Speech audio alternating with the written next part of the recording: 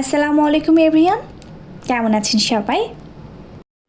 আজকে আপনাদের সামনে হাজির হয়েছি নতুন একটা রেসিপি নিয়ে। আজকে আপনাদেরকে করে দেখাবো মালাই কেকের রেসিপি। নর্মালি যারা কম মিষ্টি খান তাদের ক্ষেত্রে বলবো এই মিষ্টিটা ট্রাই করতে পারেন। এই মালাই কেকের রেসিপিটা আপনার কাছে অসম্ভব ভালো লাগবে। করতে যতটা ইজি, খেতে কিন্তু ততটাই ভালো। বাড়তি কোনো কিছু কেনার ঝামেলা নেই, ঘরে থাকা উপকরণ দিয়েই কিন্তু এই রেসিপিটি তৈরি করা যায়। চলুন তাহলে কথা না বাড়িয়ে দেখে আসি এই রেসিপিটা কিভাবে তৈরি করা হয়।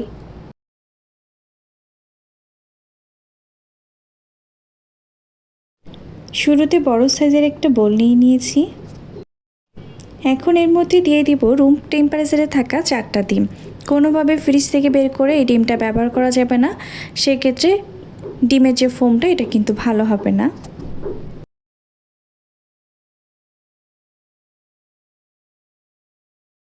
আমি এগ বিটারের সাহায্যে মিডিয়াম স্পিডে এটাকে বিট করতে থাকবো ততক্ষণ পর্যন্ত যতক্ষণ না পর্যন্ত ডিমের সাদা অংশ ফোমে পরিণত হচ্ছে।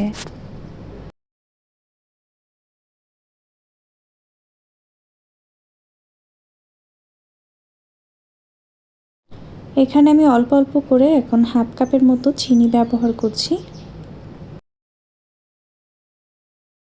হাফ কাপ চিনি আমি একবারে দিব না, অল্প অল্প করে দিব আর এটার সাথে ভালোভাবে বিট করতে থাকবো।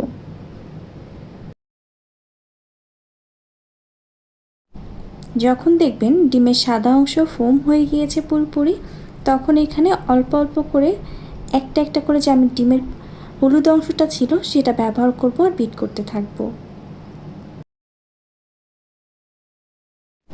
ডিমের হলুদ অংশটা মেশানোর পরে অল্প করে বিট করব, বন্ধ করে আবারও মেশাবো, তারপর আবারও বিট করব। এভাবে পুরো হলুদ অংশটা এই সাদা অংশের সাথে মিশিয়ে নিতে হবে।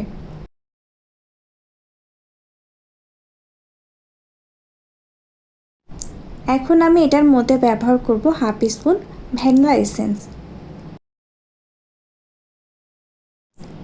এখন চামচ স্পাইস স্প্যাচুলার সাহায্যে ভালোভাবে মিশিয়ে নিচ্ছি। মেশানো হয়ে গেলে দিয়ে দিচ্ছি 1 কাপ আগে থেকে চেলে নেওয়া ময়দা। আমি এখানে আগে থেকেই ময়দাটাকে চেলে নিয়েছি। ময়দাটা চেলে ব্যবহার করবেন, সেক্ষেত্রে কেকের ব্যাটারটা অনেক স্মুথ হয়। ময়দাগুলো অল্প অল্প করে ব্যাটারটার সাথে ভালো করে মিশিয়ে নিচ্ছি। কিন্তু এখানে ময়দাটা অল্প অল্প করে ব্যবহার করছি, একবারে ব্যবহার করছি না, অল্প অল্প করে ব্যবহার করছি আর ভালোভাবে ব্যাটারটার সাথে মিশিয়ে নিচ্ছি।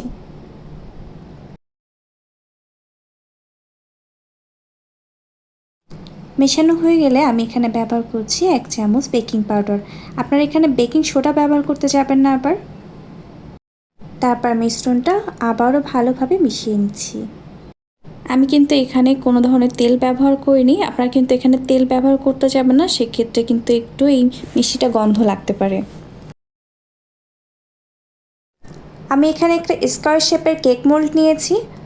মোল্ডটাতে আমি আগে থেকে তেল ব্রাশ করে দিয়েছি সাইডে এবং নিচে ভালোভাবে। এখন আমি আগে থেকে তৈরি করে রাখা ব্যাটারটা এর মধ্যে দিয়ে দিব। এখন আমি একটা চামচের সাহায্যে চারি সাইডটা সমান করে দিচ্ছি।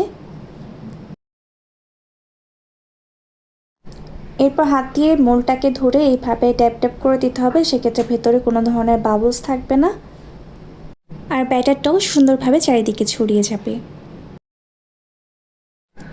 এখন আমি চুলাতে বড় সাইজের একটা ফ্রাই প্যান নিয়ে নিয়েছি এবং ফ্রাই প্যানের মধ্যে আমি কিছুটা পানি দিয়ে এটার মধ্যে স্টান বসিয়ে দিব।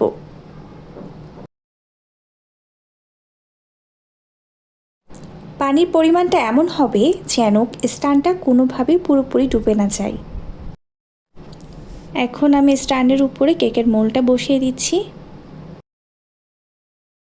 ভিডিওতে দেখতে পাচ্ছেন পানির পরিমাণটা ঠিক কতটুকু। ঠিক এইভাবেই পানি ব্যবহার করবেন।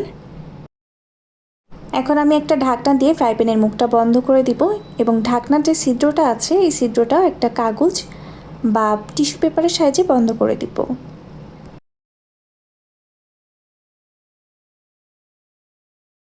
আমার এই মালাই কেকটা হতে কিন্তু বেশিক্ষণ সময় লাগেনি, মাত্র 15 মিনিট সময় লেগেছে। তবে আপনাদের কম বেশি লাগতে পারে, আপনারা একটু ঢাকনাটা উঠিয়ে চেক করে দেখবেন। আমি কিন্তু ঢাকনা উঠিয়ে একটা কাঁটা চামচ বা টুথপিকের সাহায্যে এভাবে দেখতে পারেন যে কাঁটা চামচের মধ্যে কোনো ধরনের কোনো কিছু লেগে আছে কিনা। আপনারা কি নোটিস করেছেন আমি যখন কাঁটা চামচটা কেকের মধ্যে দিচ্ছিলাম, কেকের মধ্যে কাঁটা চামচটা এত সুন্দরভাবে ঢুকে যাচ্ছে, বুঝতে পারছেন যে কেকটা কতটা সফট হয়েছে। এখন আমি কেকটা উঠিয়ে নিব এবং নর্মাল টেম্পারেচারে রেখে কেকটা ঠান্ডা করে নিব।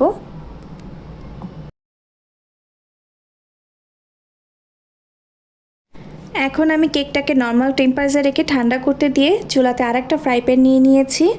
এখন আমি এই ফ্রাই প্যানের মধ্যে 1/2 লিটার দুধ দিয়ে দিব। এই দুধ দিয়ে মালাই কেকের যে মালাইটা হয় সেটা আমি এখন তৈরি করে নেব। আমি এখানে খাঁটি গরুর দুধ ব্যবহার করছি, তবে আপনারা চাইলে পাস্তুরিত যে দুধটা পাওয়া যায় দোকানে সেটা ব্যবহার করতে পারেন।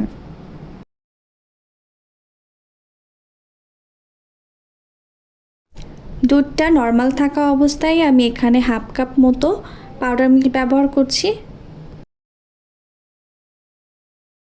আপনারা এই পাউডার মিল্কটা ব্যবহার করার চেষ্টা করবেন, এতে করে মালাইটা অনেক ঘন হয় এবং খেতেও অসম্ভব ভালো হয়। এখন আমি পাউডার মিল্কটা ভালোভাবে দুধের সাথে মিশিয়ে নিব। এখন আমি চুলাটা অন করে দিয়েছি এবং মিডিয়াম হিটে দুধটাকে ভালো করে জাল করতে থাকব।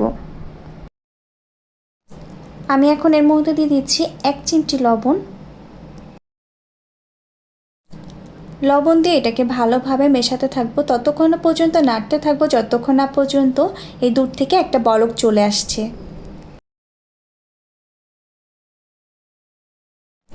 এখন আমি দিয়ে দিচ্ছি 1/2 কাপ চিনি। তারপর চিনিটাকে ভালোভাবে দুধের সাথে মিশিয়ে জাল করতে থাকবো। যখন দেখব দুধে বলক চলে এসেছে তখন আমি একদম লো হিটে দিয়ে দুধটাকে আমি ঘন করার জন্য বসিয়ে দিব। যখন দেখব দুধটা ঘন হয়ে কমতে শুরু করেছে তখন আমি এটা নাড়া বন্ধ করে দিব এবং দুধের উপরে সর পড়ার জন্য অপেক্ষা করব। লো হিটে বসিয়ে রাখার জন্য দেখেন দুধের উপরে কি সুন্দর দুধের সর পড়েছে। এটা কিন্তু যখন আমি কেকের মধ্যে ব্যবহার করব এই সরটার জন্য কিন্তু মালাই কেকটা আরও বেশি খেতে ভালো হয়। কেকের মোলটা কিন্তু আগে থেকে আমি নর্মাল টেম্পারেচারে রেখে ঠান্ডা করে নিয়েছি। এখন একটা কাঁটা চামচের সাহায্যে বা টুথপিকের সাহায্যে এভাবে চারিপাশে ছিদ্র করে দিব। এতে করে যখন আমি মালাইটা এটার মধ্যে ব্যবহার করব তখন মালাইটা ভালোভাবে চারিদিকে মিশে যাবে আর কেকের মধ্যে ভালোভাবে ঢুকে যাবে। ভিডিওতে দেখতে পাচ্ছেন কেকটা কি পরিমাণে সফট হয়েছে। এটা যে ওভেনে করা কেক না, আপনি দেখলে কিন্তু বা খেলে কিন্তু একদমই বুঝবেন না। আপনারা কিন্তু এই অবস্থায় কেক হিসেবেও এটা খেতে পারেন। এখন আমি আগে থেকে জাল করে রাখা যে দুধটা ওটা আমি এর মধ্যে দিয়ে দিব। কোনোভাবেই কিন্তু ঠান্ডা করে দুধটা ব্যবহার করা যাবে না, গরম থাকা অবস্থায় ব্যবহার করতে হবে, না হলে কিন্তু ভেতরে মালাইটা ভালোভাবে ঢুকবে না। দুধটা আমি একবারে ব্যবহার করছি না, আমি অল্প একটু দিয়ে কিছুক্ষণ অপেক্ষা করব, কারণ কিছুক্ষণ পরে দেখবেন দুধটা কমে গিয়েছে এবং কেকের মধ্যে দুধটা ভালোভাবে ঢুকে গিয়েছে। কিছুক্ষণের মধ্যে দেখবেন মালাইটা কেকের মধ্যে ঢুকে মালাইটা কমে গিয়েছে। তখন জাল করে রাখা যে দুধটা আছে বাকি দুধটা গরম থাকা অবস্থায় আমি দিয়ে দিব। এখন আমি এটাকে ততক্ষণ পর্যন্ত রেখে দেবো যতক্ষণ না পর্যন্ত নর্মাল টেম্পারেচার রেখে ঠান্ডা হচ্ছে। যখন এটা নর্মাল টেম্পারেচারে ঠান্ডা হয়ে যাবে তখন আমি হোল নাইটের জন্য ফ্রিজে রেখে দিব। পরদিন সকালে আমি ফ্রিজ থেকে এটাকে বের করে নিয়েছি। এখন আমি এটা স্কয়ার শেপে কেটে দিব। চেষ্টা করবেন মালাইটাকে ঠান্ডা অবস্থায় খেতে, এক্ষেত্রে মালাইটা খেতে আরও বেশি ভালো লাগে। এখন আমি আগে থেকে কেটে রাখা কাঠবাদাম উপরে ছড়িয়ে দিচ্ছি। দেখতে পাচ্ছেন এটা দেখতে কতটা সুন্দর হয়েছে। এটা দেখতে যতটা সুন্দর খেতে কিন্তু ততটাই সফট আর ততটাই মজা। এটার স্বাদ এতটাই ভালো হয় এটা কিন্তু রসমালাইকেও আপনার হার মানাবে। এই রেসিপিটা তৈরি করতে কিন্তু বাসায় থাকা উপকরণ দিয়েই তৈরি করা যায়, বাড়তি কোনো কিছুই লাগে না। আমি সবসময় চেষ্টা করি খুব কম সময়ে বাসায় থাকা উপকরণ দিয়ে কিভাবে ডেজার্ট তৈরি করা যায়। আর আমি বাসাতে নিজে আগে চেষ্টা করে দেখি কোন জিনিসটা সবচেয়ে খেতে ভালো হয়, তারপরে সেটা অনুযায়ী কিন্তু আপনাদের আমি রেসিপি শেয়ার করি। তাই নিঃসন্দেহে আমার রেসিপি ফলো করে আপনি কিন্তু বাসায় চেষ্টা করে দেখতে পারেন। আমার ভিডিও যদি আপনার ভালো লেগে থাকে অবশ্যই সাবস্ক্রাইব করতে ভুলবেন না। আজকের মতো এই পর্যন্তই, আবারও দেখা হবে নতুন কোনো রেসিপি নিয়ে। সেই পর্যন্ত সবাই ভালো থাকবেন। আল্লাহ হাফেজ।